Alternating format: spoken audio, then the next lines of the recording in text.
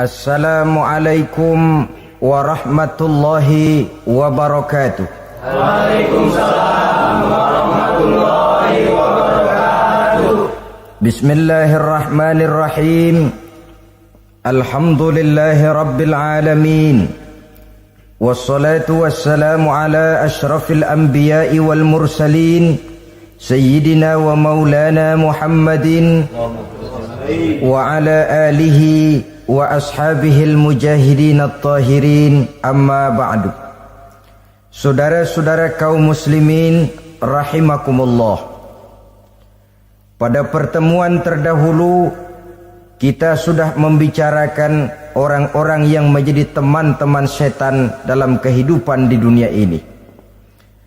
Maka pada pertemuan kali ini kita akan membicarakan tentang siapa yang menjadi musuh-musuh setan di dalam kehidupan. Dengan satu catatan, berbahagialah mereka yang menjadi musuh-musuh setan, tetapi celakalah mereka yang menjadi teman-teman setan. Bagaimanapun juga di dalam kehidupan ini, apabila orang telah memproklamirkan bendera permusuhan kepada kita, maka kita tentu seharusnya bersikap waspada dan mawas diri. Demikian juga iblis dan seluruh bala tentaranya yang terdiri daripada setan-setan. Mereka telah mengibarkan bendera permusuhan kepada Nabi Adam dan anak cucunya, kepada kita umat Rasulullah sallallahu alaihi wasallam. Akan sengsara dan celaka jika kepada iblis dan setan yang telah nyata-nyata mengibarkan bendera permusuhan itu kita mengadakan toleransi, mengadakan kerjasama, dan menjadi budak yang memperturutkan kemauan daripada iblis dan setan. Siapa yang menjadi musuh-musuh setan dalam kehidupan ini? Inilah pertanyaan berikutnya yang diajukan oleh baginda Rasul kepada iblis. Hai iblis, kalau teman-temanmu adalah seperti yang telah engkau jelaskan tadi, sekarang cobalah beritahu saya, siapa di antara umatku yang menjadi musuhmu dalam kehidupan ini? Atas pertanyaan ini iblis laknatullah menjawab, ya Rasul, musuh-musuhku di antara umatmu, pertama anta ya Muhammad. Musuhku yang pertama adalah engkau, wahai Muhammad. Kenapa iblis mencatat Nabi Muhammad sebagai tokoh nomor satu dalam deretan musuh-musuhnya? Mudah difahami. Pertama, keberadaan Rasul merupakan rahmah lil alamin, rahmah bagi lingkungan. Yang kedua, beliau berfungsi menyelamatkan manusia dari tempat yang gelap gulita, dari tempat kesesatan menuju tempat yang terang benderang penuh berisi petunjuk dan hidayah dari Allah Subhanahu wa taala. Maka menurut iblis, inilah manusia perintang pertama atas segala daya dan usahanya menggelincirkan manusia ke jalan yang dimurkai oleh Allah Subhanahu wa taala. Kalau kita baca sejarah, risalah yang dibawa oleh Nabi Muhammad ini memang merupakan risalah yang membawa rahmah bagi alam sekitarnya. Ada sedikit perbedaan dengan risalah-risalah sebelum beliau. Sepertinya risalah yang dibawa oleh para rasul terdahulu itu mempunyai efek yang langsung pada kehidupan di dunia ini. Nabi Nuh misalnya menyampaikan agama. Hai umatku, ini agama. Umat menentang, turun banjir yang menenggelamkan orang-orang kafir. Azab diturunkan pada waktu itu juga, pada saat nabinya masih hidup. Jadi azabnya itu jenis cash, kontan. Nabi Soleh, hai umatku, ini agama. Mereka menolak, turun gempa bumi yang amat hebat menggulung orang-orang kufur. Nabi Musa, hai umatku, ini agama.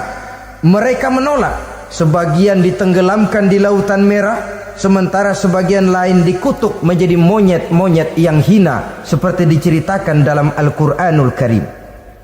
Lain dengan Rasulullah sallallahu alaihi wasallam. Bagaimanapun kurang ajarnya umat yang dihadapi oleh beliau, bagaimanapun menentangnya jamaah yang dihadapi oleh beliau, azab tidak turun sepanjang beliau masih hidup. Ini merupakan jaminan dari Allah, wa ma kana Allahu liyu'azzibahum wa anta fihim. Allah sama sekali tidak akan menurunkan azab selama engkau wahai Muhammad masih hidup di tengah-tengah umatmu. Jadi keberadaan Nabi Muhammad merupakan jaminan keselamatan bagi umatnya. Selama beliau masih hidup, azab tidak turun bagaimanapun kurang ajarnya umat. Di sini sedikit bedanya dengan nabi-nabi terdahulu. Juga perbedaan dalam pola dakwah. Nabi Nuh ketika dakwahnya ditolak oleh umat, keluar doanya meminta umatnya ditenggelamkan. Tetapi Nabi kita ketika dilontari batu oleh umat, malah beliau mendoakan umatnya agar memperoleh hidayah. Oleh sikap yang semacam ini, wajar lalu iblis menganggap Nabi Muhammad sebagai musuh ranking pertama. Yang kedua, siapa musuhmu di antara umatku? Yang kedua kata iblis, musuhku Muhammad imamun adil, pemimpin yang adil. Itu yang akan menjadi musuhku di dunia ini. Putus asa iblis menghadapi pemimpin yang adil. Tipu dayanya tidak terkena. Segala tingkah polanya tidak diperturutkan. Imam yang adil, pemimpin yang adil merupakan musuh daripada iblis laknatullah alaih. Apa sebabnya? Karena pemimpin yang adil mempunyai dampak dalam kehidupan di dunia ini. Melindungi orang banyak, menenteramkan orang banyak. Makin aman, tentram, tenang situasi dan kondisi, makin mudah orang melaksanakan ibadah. Makin tekun orang melaksanakan ibadah, makin dekat dia dengan Allah. Makin dekat manusia dengan Allah, makin jauh dia dari iblis. Sebab dua hal ini selalu kontradiktif. Jika kita jauh dari Allah, tentu dekat dengan iblis. Jika kita jauh dari iblis, harus dekat tentu dengan Allah, dan begitu selanjutnya. Dalam kaitannya dengan kehidupan kita sekarang, saudara-saudara, disinilah perlunya mempersiapkan manusia. Membangun manusia itu jauh lebih sulit daripada membangun jembatan. Membangun manusia itu lebih sulit daripada membangun gedung-gedung bertingkat. Termasuk membangun dan mempersiapkan calon-calon pemimpin yang adil di masa yang akan datang. Membangun jembatan penting, tapi lebih penting daripada membangun jembatan adalah membangun manusia yang bikin jembatan.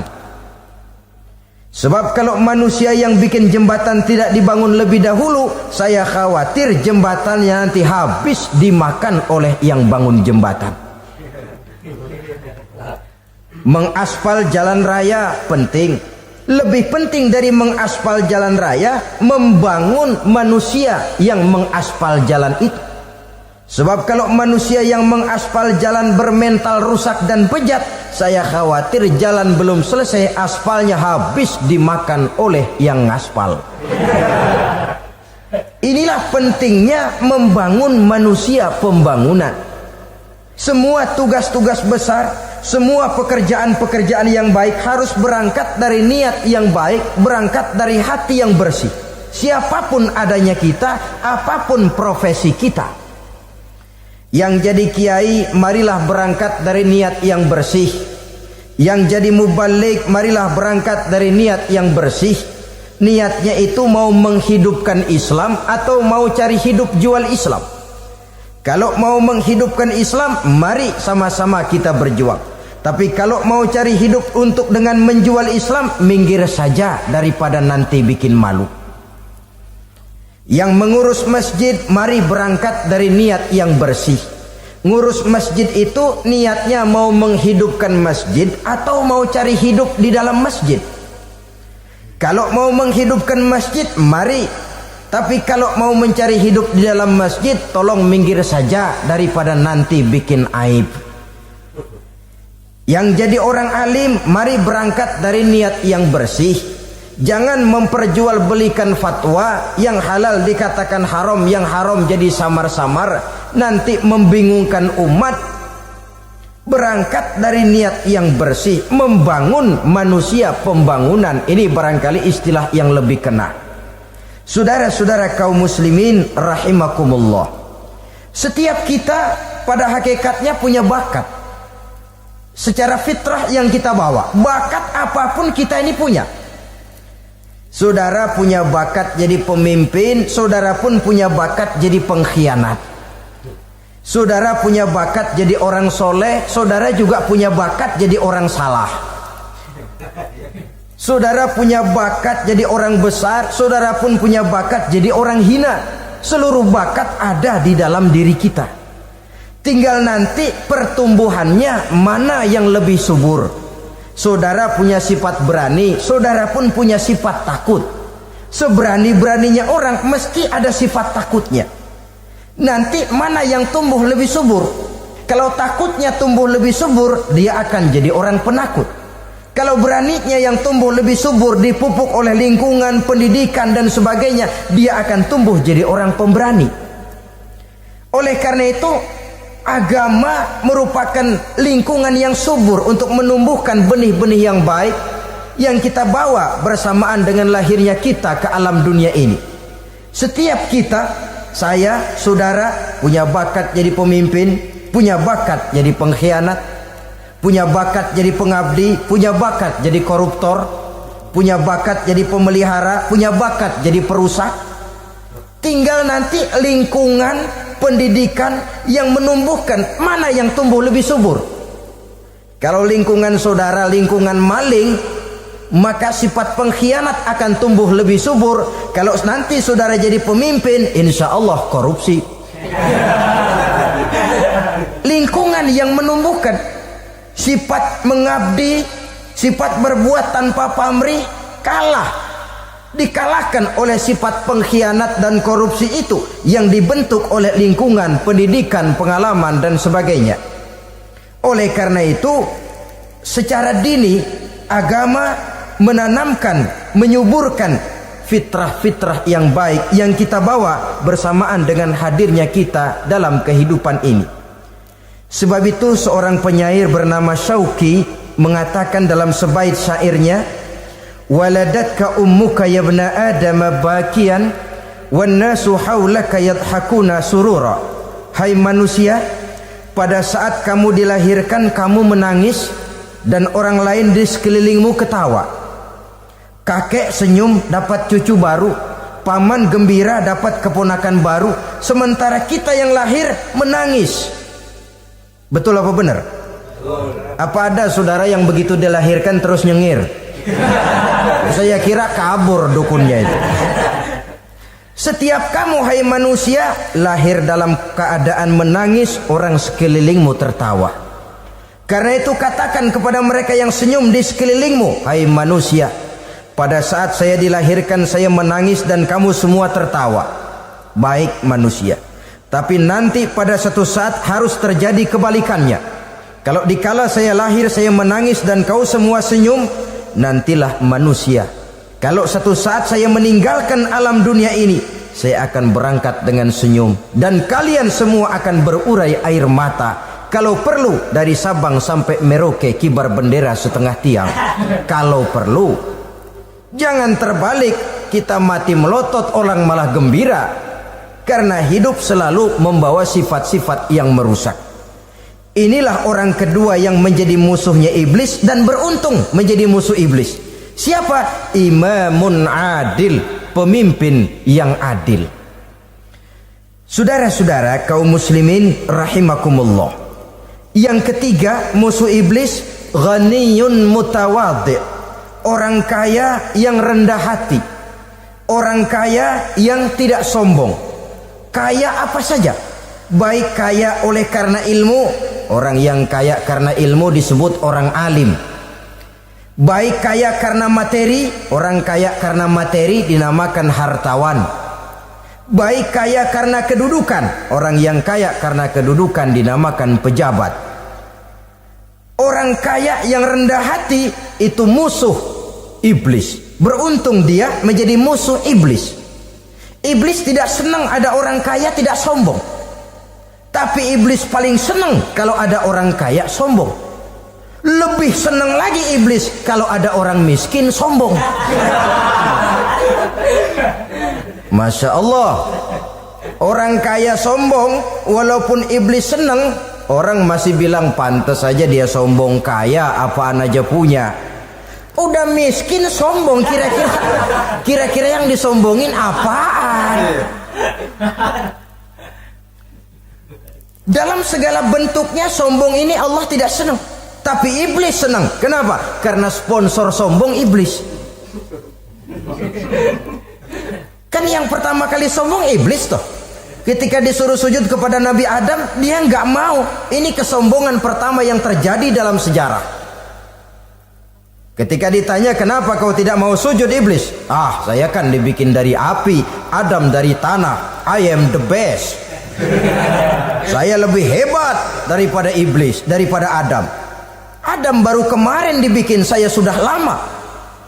Kata Allah, kamu sombong iblis, ini surga bukan tempat orang sombong, keluar. Terusir dia dari surga. Jadi kesombongan pertama adalah kesombongan yang dilakukan oleh iblis. Dan dia tanamkan itu kepada kita supaya jadi orang sombong. Karena itu sombong ilmu Allah nggak senang, tapi iblis senang. Mentang-mentang ada ilmunya. Nih, satu-satunya ustadz di sini ya. Semua mesti ngaji sama gue. Kalau nggak ngaji sama gue, Islamnya kurang tapi bener. Sombong karena ilmu. Sombong karena pangkat. Mentang-mentang pakai bintang di pundak, jalan pundak duluan. Yang wajar saja hidup ini. Sombong harta pun begitu. Kaum muslimin rahimakumullah. Orang kaya yang rendah hati dimusuhi oleh iblis, tapi dicintai Allah, dicintai Rasul, dicintai malaikat. Caranya bagaimana? Kembali kepada satu kesadaran bahwa pada saat terlahir ke alam dunia ini tidak ada yang pernah kita bawa. Kalau sekarang kita punya rumah, punya kebun, punya kendaraan, punya pabrik, punya segala macam benda, apa itu? Titipan. Pada suatu saat akan diambil kembali oleh yang menitipnya. Kalau titipan itu pandai kita jaga, pandai kita syukuri, titipan akan makin banyak. Sama juga kita dalam kehidupan. Kalau orang bisa kita percaya, saya mau pergi ke luar negeri, rumah saya titip kepada tetangga. Saya pulang dari luar negeri, isi rumah tetap tidak berkurang, malah dibersihi, malah disapu, dihilangkan kotorannya. Tentu bukan main syukur saya, girang saya. Akan bertambah kepercayaan saya untuk menitipkan apa saja. Ini makna la in syakartum la azidannakum wa la in kafartum inna azabi lasyadid. Kalau kamu pandai bersyukur, aku tambah nikmat. Tapi kalau kamu ingkar, azabku teramat pedih. Artinya apa? Nikmat bisa berubah menjadi azab kalau kita tidak pandai mensyukurinya. Ma'asyiral muslimin rahimakumullah. Orang yang kaya ilmu lalu rendah hati, tidak selalu ingin menonjolkan diri. Ini kadang-kadang yang tanggung ini yang bikin berabe. Alim bener enggak, geblek bener juga enggak. Yang sedikit-sedikit mau nonjolin diri. Kalau enggak jadi imam enggak mau ke masjid, enggak jadi imam enggak mau ke musola. Pokoknya kalau enggak jadi imam marahan sama musola. Macam mana? Saudara-saudara kaum muslimin, rendah hati, tidak selalu ingin menonjolkan. Sebab orang yang selalu ingin menonjolkan dirinya biasanya orang yang kekurangan kepercayaan kepada kemampuan dirinya sendiri. Dia selalu ingin dinomorsatukan. Dia selalu ingin ditempatkan pada ranking teratas. Dia tidak percaya diri. Orang yang percaya diri dapat bersikap wajar dalam kehidupan. Begitu juga kaya karena harta, dengan menyadari bahwa harta bagaimanapun banyaknya titipan dari Allah. Pada suatu saat akan kembali. Dia harus dimanfaatkan sesuai dengan kehendak yang menitipnya. Begitu juga kaya oleh karena pangkat, kedudukan dan jabatan. Pada suatu saat jabatan itu akan hilang dari diri kita. Karenanya sering saya jelaskan bahwa pangkat di dunia ini yang paling tinggi pensiun. Titel yang paling akhir almarhum. Saudara setuju atau tidak, titel itu akan saudara dapat. Bagaimanapun kita cinta kepada pangkat, kedudukan, entah pada akhirnya suatu saat akan sampai kepada posisi yang namanya pensiun. Kalau sadarlah kita kepada pemikiran ke arah sana, maka untuk mencapai kekayaan, baik kekayaan harta, kekayaan kedudukan, tidak lalu menghalalkan segala cara untuk mencapai tujuan, tapi dibatasi oleh norma dan kaedah yang harus dia taati, baik kaedah agama maupun kaedah bernegara. Inilah orang ketiga yang menjadi musuhnya iblis, orang kaya yang rendah hati, orang kaya yang tidak sombong. Yang keempat, saudara-saudara, tajirun shadiq, pedagang, pengusaha yang jujur. Iblis gedek betul, benci bukan main sama pengusaha, sama pedagang yang jujur, yang tidak ngurangi timbangan, tidak nipu pembeli, tidak barang yang jelek dibilang bagus, atau yang bagus di atas yang jelek di bawah, atau dicampur yang baik dengan yang jelek supaya kelihatan semuanya jadi baik. Semua orang ingin untung, tidak ada kecuali siapapun orangnya, dan itu wajar. Setiap manusia ingin mendapat keuntungan, kalau perlu dengan modal minimal mencapai keuntungan maksimal, seperti yang diajarkan oleh teori ekonomi. Itu kan yang namanya produktif kan. Satu usaha dinamakan produktif, bagaimana kita mengeluarkan modal minimal bisa mencapai keuntungan maksimal. Silakan. Bahwa manusia ingin untung itu insting, naluri, fitrah. Tidak ada orang yang mau rugi. Tapi cara mencapai keuntungan itu yang membedakan antara seorang muslim dengan yang bukan muslim. Sudah pernah saya sampaikan, apabila kaum pengusaha, para pedagang sudah dijangkiti penyakit yang tidak jujur, yang akan timbul adalah kekacauan ekonomi. Kekacauan ekonomi bisa menimbulkan revolusi sosial, dan revolusi sosial merupakan kiamat satu generasi. Semua kericuhan hampir bermuara dari perut, dan itu ekonomi. Orang nodong perut, orang korupsi perut. Ya walaupun korupsi kalau sudah kelas kakap tidak lagi sekedar urusan perut. Ya perut apa yang diurusin kalau korupsinya miliaran itu? Perut jin barangkali. Saudara-saudara kaum muslimin rahimakumullah. Oleh karena itu, pedagang yang jujur, pengusaha yang jujur, ini merupakan musuh iblis. Iblis tidak senang kalau ada pengusaha yang jujur. Iblis tidak senang kalau ada pedagang yang jujur. Tapi iblis akan tepuk tangan kalau pedagang sudah selingkuh, kalau pengusaha sudah nipu. Ada orang bilang, sekarang mah kalau jujur-jujur bener nggak makan apa-apa dong kita. Sebab katanya jangan lagi nyari yang halal, sekarang ini yang haram aja seret. Rupanya sering masang undian nggak pernah kena. Lalu bilang jangan yang halal, yang haram aja nggak kena-kena katanya. Sebenarnya bukan itu masalahnya, saudara-saudara. Bukan itu masalahnya. Masalahnya ialah bahwa kejujuran membawa keberkahan. Ini kalau kita berpikir dengan kacamata agama. Keberkahan merupakan sumber ketenangan. Dan ketenangan ini tidak bisa dibeli dengan materi yang bagaimanapun banyaknya. Walaupun kita punya percetakan duit, ketenangan itu nggak bisa dibeli. Jangankan cuma punya duit banyak, percetakan duit saudara punya, mau membeli ketenangan yang berasal dari keberkahan, sulit. Jadi kejujuran membawa keberkahan, keberkahan membawa ketenangan. Jangan macam dulu tukang sol sepatu.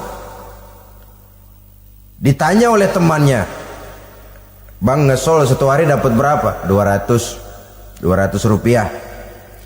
Sembayang enggak? Enggak. Islam? Islam, kalau Islam mah. Kata temannya, "Sembayang dah, kali aja besok dapat rezeki lebih banyak." Yang benar, iya. Sebab kalau orang sholat itu Allah dekat, nanti rezekinya ditambah. Beneran? Bener. Subuh sembayang dia. Habis sembayang sarapan, berangkat ke tempat dia ngesol, mangkal. Dari pagi sampai jam 11 belum ada juga yang ngesol. Mulai bimbang hatinya. Katanya kalau sembayang rezeki tambah. Tadi sembayang subuh sampai gini hari belum ada yang ngesol. Cobaan kali, sabar. Datang sholat zohor. Habis zohor nunggu lagi, belum juga ada yang datang ngesol. Udah mau pulang hampir maghrib, baru datang satu orang dandanin sendal jepit putus.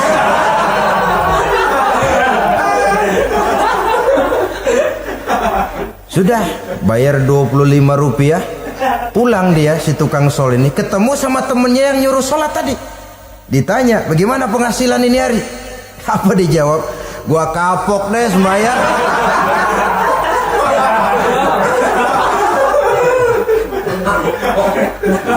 Kemarin nggak sembahyang dapat 200, sekarang begitu sembahyang jigo.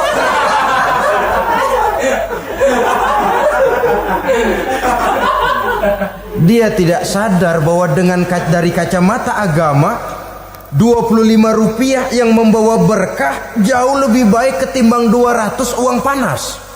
Dari kacamata agama, 25 rupiah yang membawa berkah lebih baik daripada 200 rupiah tapi panas. Sebab panas menjauhkan kita dari ketenangan. Itulah sebabnya maka pedagang yang jujur, pengusaha yang jujur menjadi musuh setan dan beruntung. Sekarang jadi pengusaha jujur-jujur nggak dapat proyek, Pak. Kalau nggak bisa semur. Padahal agama sudah menjelaskan ar-rashi wal murtashi finnar. Orang yang nyogok dan orang yang disogok dua-duanya neraka. Kenapa? Join termasuk ta'awanu 'alal ismi wal 'udwan. Bertolong-tolongan dalam berbuat dosa dan kesalahan. Kalau hadiah, lain hadiah.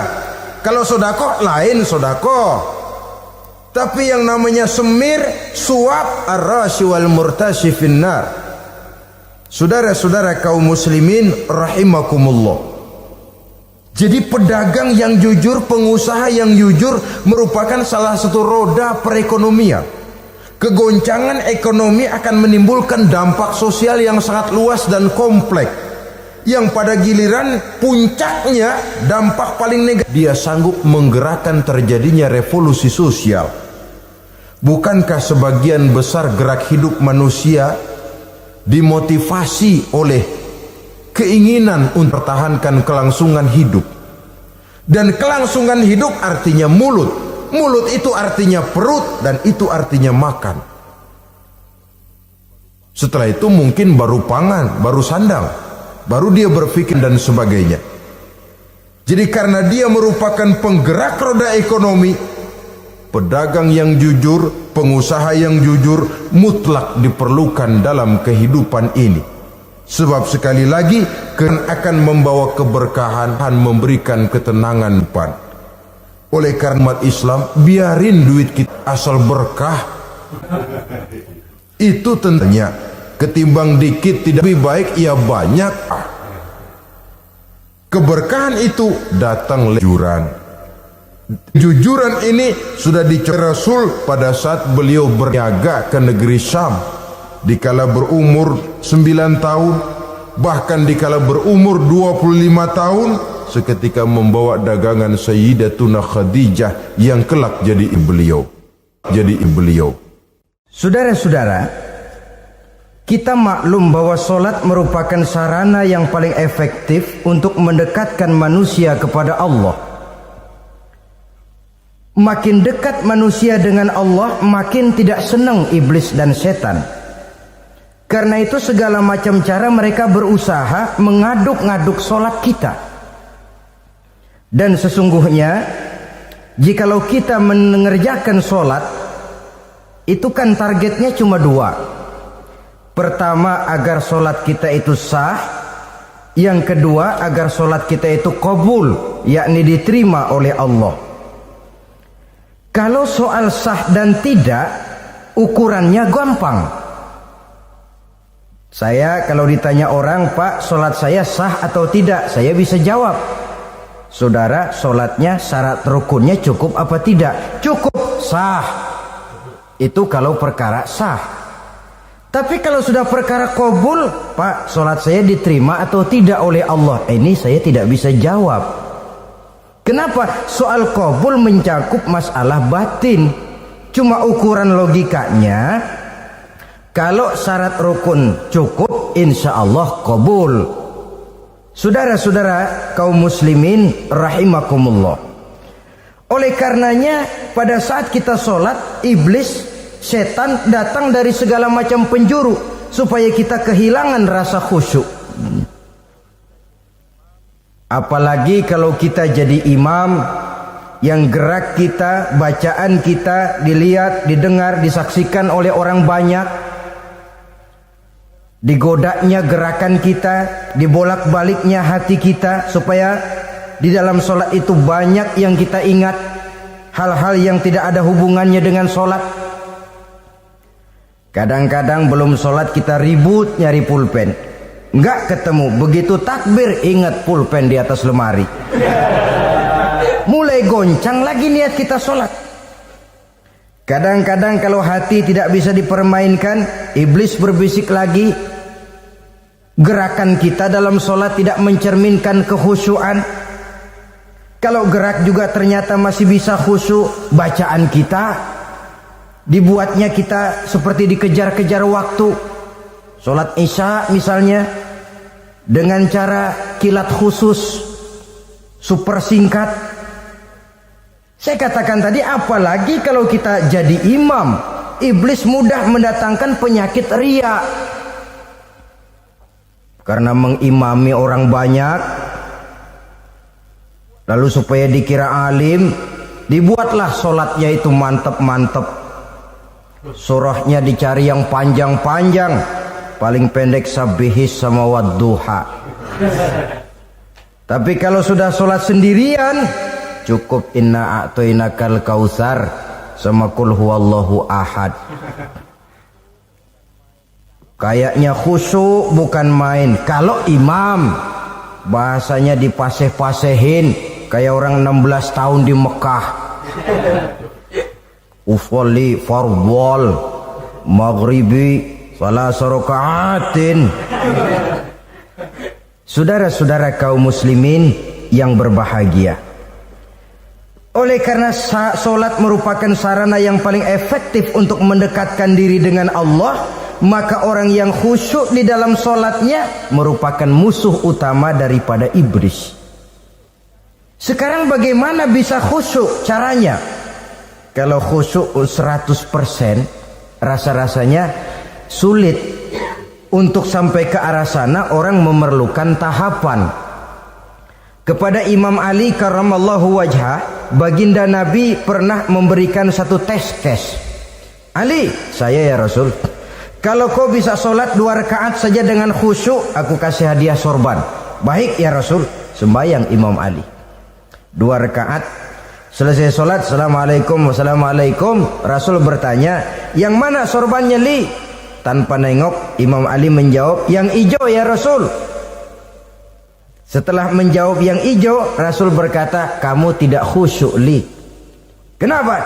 Soalnya tadi waktu sembahyang mikirin, nanti kalau ditawarin sorban pilih yang hijau aja ah. Sehingga begitu ditanya, refleks menjawab, yang mana li? Yang hijau saja ya Rasul. Oleh karena itu, menurut Al-Imam Nawawi, pada tingkatan yang paling sederhana, sudah sampai ke tingkat khusyuk, asal pada waktu takbiratul ihram ingat kepada Allah. Tapi jangan lupa, itu tangga pertama. Jangan ada fatwa begini lalu aman. Yang penting kan takbirnya ingat Tuhan, belasononya mau kemana kek. Bukan itu. Itu pada tingkatan pertama sudah sah dipandang khusyuk solatnya orang awam, asal pada waktu takbiratul ihram dia ingat kepada Allah. Tetapi harus terus berusaha agar sepanjang solat dia ingat kepada Allah. Caranya bagaimana? Pertama, menanamkan diri bahwa pada saat kita sedang mengerjakan solat, yang lain tidak ada kecuali Allah. Yang kedua, berusaha memahami apa yang kita baca, sehingga pada saat kita sujud, subhana rabbiyal a'la wa bihamdih, terbayang kemahasucian Allah, kemahatinggian Allah, sehingga hati tidak mengembara. Mulut berucap, hati mengikuti apa yang diucapkan.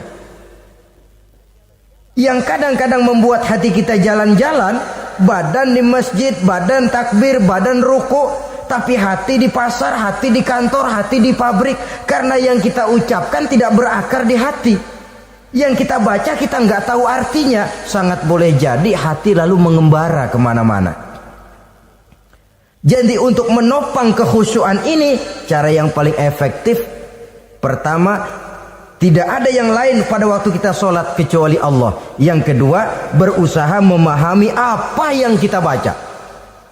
Dikala kita sujud dikala kita duduk di antara dua sujud, Rabbighfirli, ya Allah ampuni dosa saya, warhamni, kasihani saya, dan selanjutnya.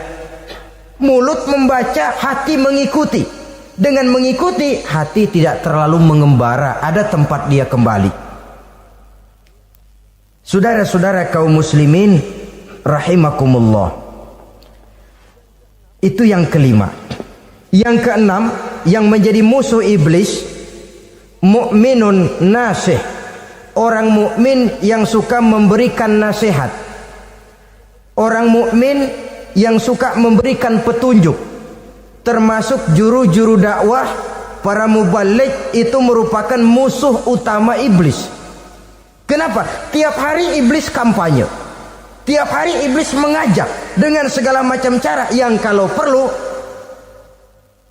dia berikan kamuflase. Dia berikan fata morgana. Kalau perlu yang haram dia bungkus dengan merek halal. Kalau perlu kejahatan dia bungkus dengan baju kebajikan. Istilahnya racun diberi merek madu. Dan itu wajar. Cuma kita tentu harus punya filter, daya saring positif agar tidak salah pilih. Karena iblis ini pintar betul. Kalau kita khusyuk dalam sholat, dia tanamkan kepada kita misalnya seperti tadi itu. Sholatmu memang hebat, khusyuk. Di kampung ini tidak ada orang yang sholatnya seperti kamu. Tertanam itu dalam hati kita, timbul ujub. Akhirnya, iya, gue lihat-lihat di kampus ini kagak ada yang sembayangnya kayak gua. Nah, sudah masuk iblis. Jadi dia pandai mengikuti gerak hati dan irama denyut jantung manusia ini. Kemana kecenderungan manusia, ke situ dia masuk. Pendeknya iblis itu ibarat tukang joget, dia ngerti bener irama kendang. Saudara-saudara kaum muslimin rahimakumullah. Termasuk juru-juru dakwah, para mubaligh, orang yang suka memberikan nasihat ini. Mereka memberikan filter kepada umat, kepada jamaah, jangan sampai salah pilih. Dan iblis menyesatkan kita supaya kita salah pilih. Satu contoh ringan. Kalau di depan saudara ada dua buah gelas, yang segelas isinya jamu, yang segelas sirup. Kira-kira saudara minum yang mana? Jamu. Jamu apa sirup? Jamu. Sirup apa jamu? Jamu. Orang yang pikirannya panjang, dia pasti minum jamu. Pahit memang, getir memang, tapi besok badan sehat, tenaga kuat, gairah kerja ada, kreativitas timbul, semangat menghadapi kehidupan tumbuh. Orang mukmin orang yang berpandangan jauh ke depan. Pandangannya panjang. Panjang kemana? Tidak cuma ke dunia, sampai juga dia memandang ke alam barzah, ke akhirat. Sholat itu jamu, pahit. Ngaji, hadir di majelis taklim itu jamu, pahit. Sodakoh, jamu, pahit. Mengeluarkan uang untuk kepentingan orang lain, enak aja minta sumbangan, datang-datang yang nyari pers keringat banding tulang gue, lu datang-datang mau minta. Yang enak ngumpulin harta lalu bakhil bin pelit alias medit. Itu jamu. Saudara hadirin yang saya muliakan, sodakoh jamu pahit, puasa jamu pahit, jihad jamu pahit. Tapi nanti begitu kita meninggalkan dunia, masuk ke alam barzah, apalagi pindah ke akhirat, baru terasa, aduh nikmatnya dulu kemarin itu minum jamu, sekarang badan sehat, tenaga kuat, kerja semangat. Nikmatnya dulu saya waktu di dunia sholat, rajin ngaji, suka sodako, suka menolong orang. Sekarang terasa manfaatnya. Begitu saya berada di alam barzah, apalagi sudah dibangkitkan di padang mahsyar di akhirat nanti, terasa seluruh kebajikan yang saya kerjakan. Nah, orang yang berpikir jangka pendek, cuma ngelihat yang ada di depan hidungnya saja. Ngapain minum jamu, getir sirup nih, manis. Dia minum, dia ambil sirup, minum, manis memang pada waktu minum, tapi besok bibir jontor. Meninggalkan perintah Allah, sirup itu manis. Tidak sholat, manis. Tidak bayar zakat, sirup, manis. Tidak mau puasa, sirup, manis. Manis sekarang. Tapi nanti besok begitu masuk ke alam barzah, begitu dibangkitkan di padang mahsyar di akhirat nanti, merintih kita menahan penyesalan yang sudah tidak ada artinya lagi. Sampai-sampai penduduk mahsyar itu ada yang berkata, diceritakan dalam Quran, ya laitani kuntu turaba.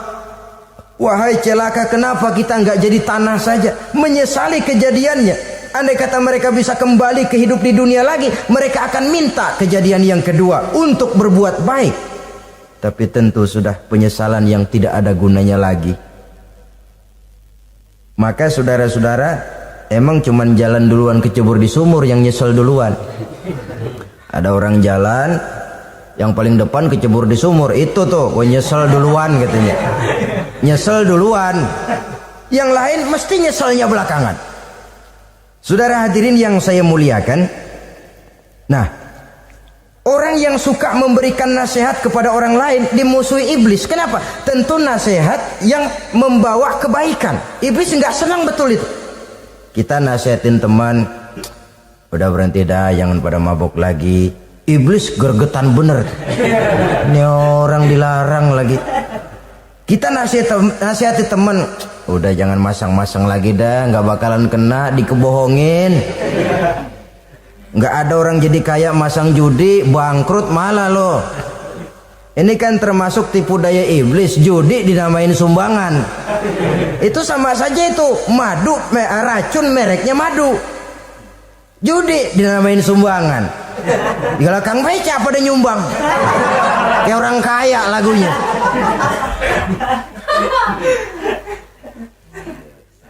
Saudara-saudara kaum muslimin rahimakumullah, adalah kewajiban kita memang untuk tawasau bil haq, saling nasihat menasihati. Setiap kita juru dakwah, setiap kita wajib menyampaikan apa yang sudah kita tahu kepada orang yang belum atau kurang tahu. Saudara yang bisa bismillah wajib mendakwahkan bismillah itu kepada orang yang belum tahu bismillah. Saudara bisa Fatihah harus menyampaikan itu kepada orang yang belum bisa Fatihah. Persetan dengan orang lain. Apalagi yang cuma kerjanya ngeritik saja, lu baru bisa Fatihah doang udah ngajar. Biar aja yang diajarin gak bisa Fatihah kok. Apa masalahnya pemerataan di bidang keilmuan? Sebab memang biasa penonton itu selalu lebih pandai menilai, kayaknya lebih pintar dari yang main. Sama saja orang nonton bola ngomel melulu, padahal dia sendiri belum tentu bisa main. Dengerin orang pidato pun begitu, monten bisa. Wah, kalau dia yang pidato 1 jam kayak semenit. Tapi kalau si Ano tuh kita udah pegel belum juga mau berhenti. Monten bisa, coba dia suruh pidato udah 1/4 jam masih ama ba'du. Apa mau dibilang ama ba'du?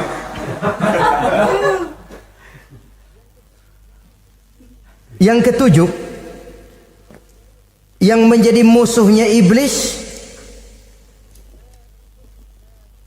taibun sabitun ala taubatihi, orang yang bertaubat dan tetap di atas taubatnya. Secara jujur, tidak ada manusia yang tidak punya salah. Dan orang yang baik memang bukan orang yang tidak punya salah. Karena tidak ada orang yang tidak punya salah. Orang yang baik adalah orang yang apabila melakukan kesalahan dia segera sadar, dijadikannya itu sebagai pelajaran untuk tidak diulanginya lagi pada masa yang akan datang. Biasanya kita menghakimi orang pintar, kita nggak merasa bahwa kita juga punya kesalahan. Kalau kita ngelihat maling ayam kita teriak, padahal kita nyolong kambing. Lebih besar dari si maling ayam, merasa diri lebih benar dari yang lain, padahal kita lebih kotor dan lebih jelek. Hilang sifat introspeksinya. Yang kita musuhi, yang kita caci maki, tahu-tahu kita sendiri yang melakukannya.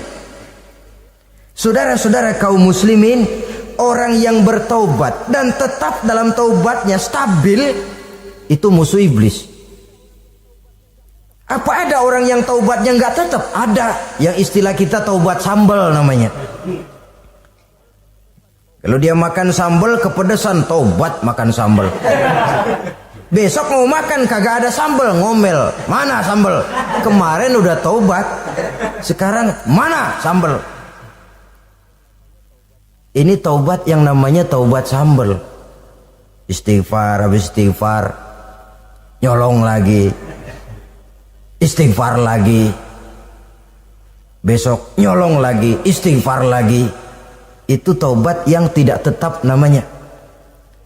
Allah Maha Pengasih dan Penyayang dengan segala kebesarannya. Ia akan memaafkan segala perbuatan yang bersifat salah dari hamba-hambanya. Cuma manusia kadang-kadang yang tidak mau memaafkan dirinya sendiri. Amat dungu manusia macam ini, membiarkan dirinya hanyut berlarut dalam lembah dosa, sementara dia diberikan umur tidak digunakannya untuk bertaubat.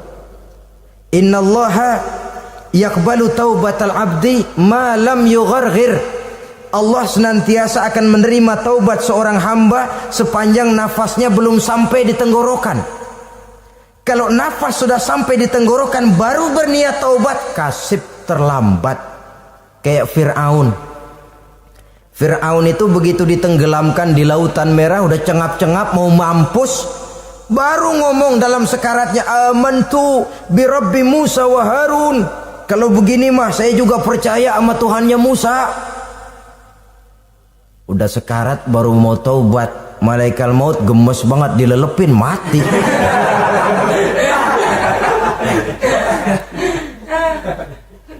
Nah, kepada adik-adik remaja, biasanya kalau sudah bicara taubat, pikiran kita, taubat mau urusan 70 tahun ke atas, kita masih lama ini. Sebenarnya tidak. Masalah taubat adalah masalah salah dan dosa. Masalah salah dan dosa adalah masalah manusia. Sejak dia akil balik sampai ajal datang merenggut nyawa. Hidup ini tidak selalu berjalan mulus. Hidup ini tidak selalu berjalan di atas kertas putih. Kadang kita tersilap, kadang kita tersalah, kadang situasi dan kondisi menyebabkan kita berbuat lain dari yang seharusnya. Itu kehidupan, silih berganti. Oleh karenanya pesan Nabi, wa'atbi'i sayyi'atal hasanah, perbuatan salah ikuti dengan kebajikan, dosa iringi dengan taubat. Jangan nunggu, saya untuk taubat takut nanti bikin lagi. Nah, ini namanya punya harapan mau bikin lagi. Nanti aja dah kalau tua-tuaan. Saudara, kalau dosa itu ditumpuk, itu sama saja kotoran yang menodai hati. Kalau kotoran gak rajin kita bersihin, dia akan berkarat. Dan kalau sudah berkarat, sudah sulit untuk dibersihkan. Itu makna ungkapan Imamul Ghazali, hati manusia sebening kaca.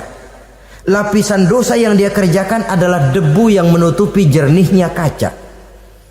Orang yang bersih dari dosa, dekat dengan Allah, hatinya jernih seperti kaca.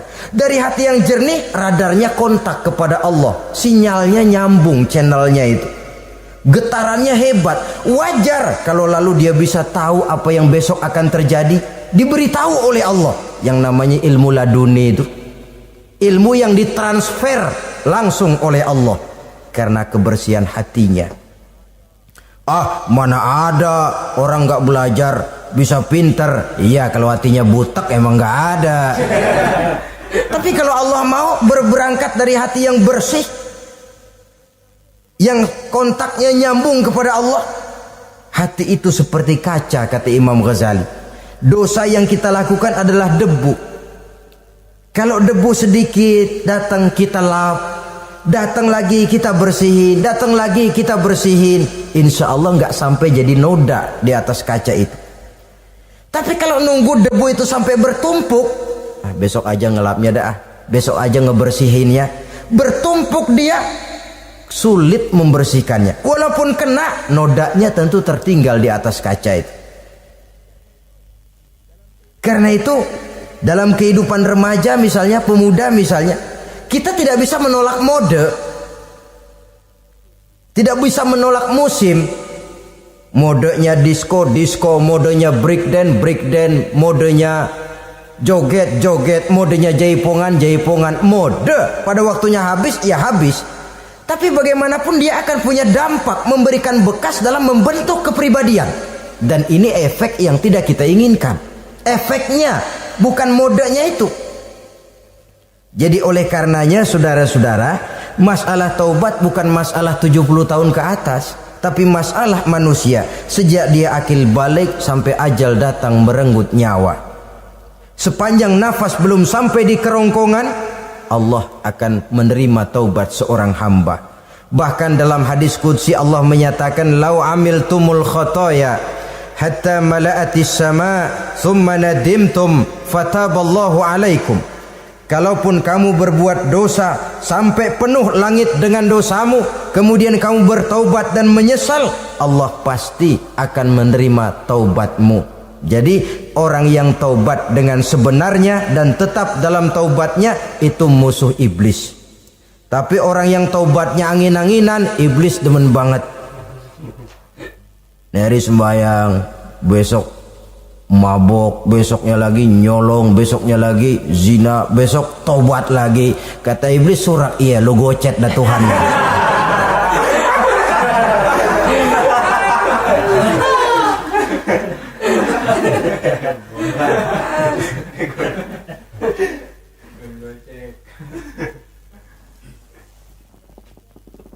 Selanjutnya yang ke-8, musuh iblis, musuh setan, mukminun yudawi mu'alat taharah. Orang mukmin yang membiasakan diri selalu dalam keadaan bersuci, baik dari hadas kecil, lebih-lebih dari hadas besar.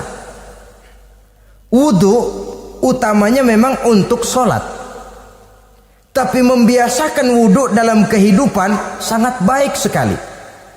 Mau ke kantor wudu dulu, mau ke pasar wudu dulu, mau ngajar wudu dulu. Apa sebabnya? Karena dalam keadaan suci, orang ada sikap memelihara kesuciannya. Kalau kita naik PPD pagi-pagi gelantungan, kalau punya wudu, hati-hati kesenggol perempuan juga sayang sama wudu. Tapi kalau nggak punya wudu, jangan kesenggol, kita nyeruduk. Ada semacam sikap apik di dalam kehidupan ini. Karena itu biasakan wudhu untuk menjaga kebersihan diri, kebersihan zahir, kebersihan batin, belum lagi kemanfaatan di akhirat.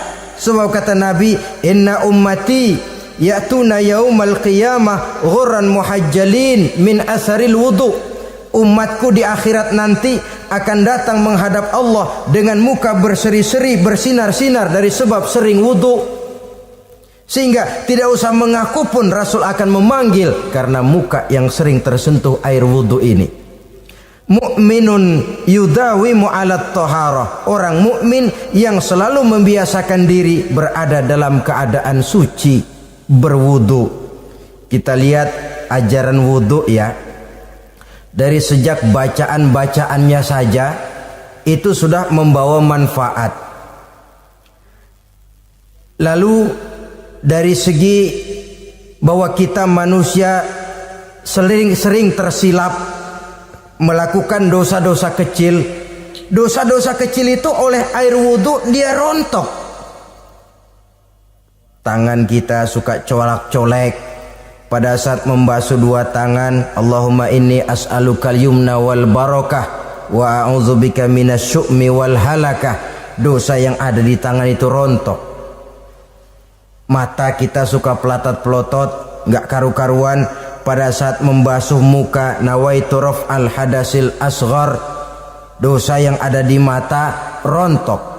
Dari segi pembersihan batin.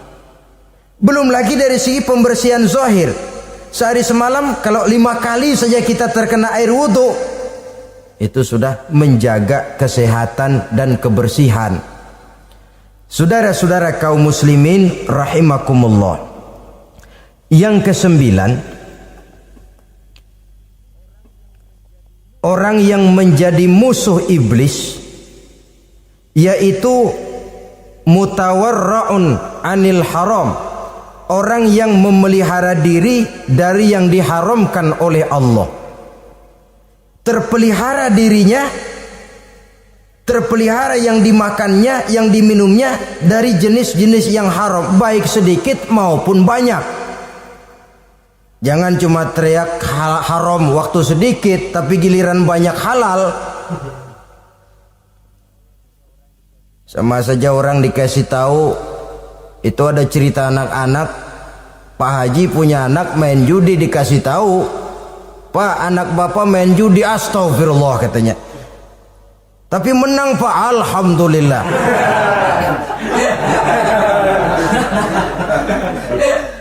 Ini kan sama saja. Giliran sedikit dibilang haram karena dia nggak dapat jatah, begitu dapat banyak dan dia kecipratan jadi halal. Yang sedikit haram, banyaknya pun juga haram. Yang banyaknya haram, sedikitnya juga haram. Ada orang bilang minuman keras kalau nggak mabok kan nggak haram. Yang memabukkan banyaknya sedikitnya tetap saja haram. Ma askaro kasiruhu faqaliluhu haramun. Apa yang banyak menyebabkan jadi mabuk, sedikitnya pun juga haram. Saudara-saudara kaum muslimin, yang ke-10 yang terakhir, musuh daripada iblis ialah mu'minun rahimun. Orang mukmin yang berhati pengasih. Orang mukmin yang suka menyambung silaturahmi. Orang mukmin yang tidak suka bertengkar. Orang mukmin yang tidak suka marah-marahan. Kalaupun terpaksa marah, tidak lebih daripada 3 hari. Jadi boleh saja marah kalau alasannya tepat, tapi nggak lebih dari 3 hari. Kalau perlu bikin perjanjian, kita marah ya 3 hari. Itu limit. Tidak halal kata Nabi bagi seorang muslim menjauhi saudaranya lebih dari 3 hari. Tidak halal itu artinya haram.